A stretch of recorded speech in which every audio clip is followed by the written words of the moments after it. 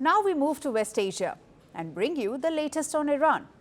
The United Nations Security Council convened an emergency session and raised alarm over crackdown on protesters in Iran.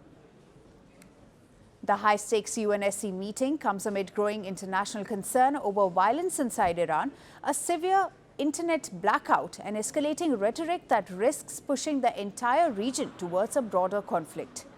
At least 3,000 people have been killed as crackdown on protesters turned brutal.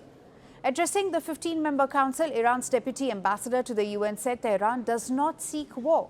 However, he warned that any form of US aggression would be met with a firm response.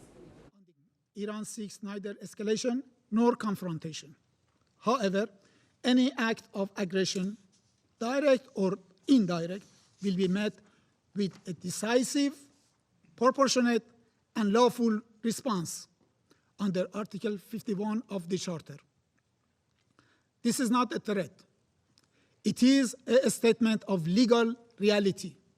Responsibility for all consequences will rest solely with those who initiate such unlawful acts.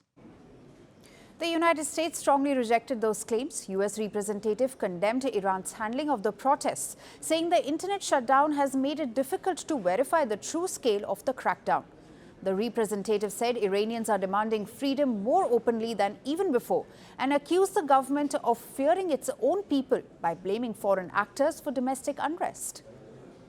President Trump is a man of action, not endless talk like we see at the United Nations.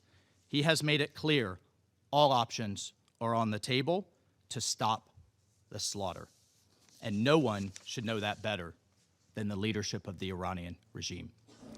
Meanwhile, the United States has announced new sanctions targeting senior Iranian officials it calls architects of brutal crackdown. The White House says Iran halted hundreds of planned executions after intense pressure from President Donald Trump. Iran's military says its forces are on high alert, while its airspace has reopened after a temporary closure due to security concerns. Now, Iran has denied plans to execute protesters. Foreign Minister Abbas Araghchi said there is no plan for hangings and that executions are out of the question. Meanwhile, disturbing visuals emerging from Iran appear to tell a different story. Footage coming out of Iran shows dozens of bodies laid out inside what reports claim to be the Forensic Diagnostic and Laboratory Center in Tehran. Now, China highlighted fears that continued threats of force could turn an already volatile crisis into a wider regional conflict. China has consistently advocated upholding the purposes and principles of the UN Charter and international law, opposing the use or threat of force in international relations, opposing the imposition of one country's will on others, and opposing any regression of the world to the law of the jungle. Addressing the Security Council, Russia's UN ambassador also said the United States was using the meeting to legitimize its aggression. Today's meeting, convened by our American colleagues, is nothing more than yet another attempt to justify blatant aggression and interference in the internal affairs of a sovereign state. And if, as Washington puts it, Iran's authorities do not come to their senses, then Washington will solve the Iranian problem in its favorite way, through strikes aimed at overthrowing an undesirable regime. Back in West Asia, Saudi Arabia, Qatar and Oman led a frantic diplomatic push to discourage President Donald Trump from launching an attack on Iran. The Gulf states feared any strike would cause grave and far-reaching consequences across the region. Israeli Prime Minister Benjamin Netanyahu, on the other hand, urged President Trump to delay or avoid military action against Iran.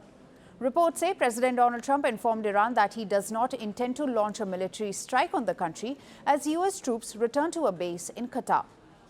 For now, rhetoric from all sides has stepped back cautiously, but the crisis is far from over. With protests, arrests and allegations of brutal crackdowns continuing across Iran, the coming days could prove decisive. The world doesn't fit in boxes, so why should your news? From battlefields to negotiation tables, from internet outrage to real-world injustice.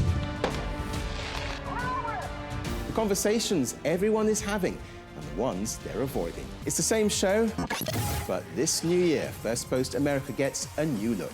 I'm Kerry Johnston, and this is Firstpost America.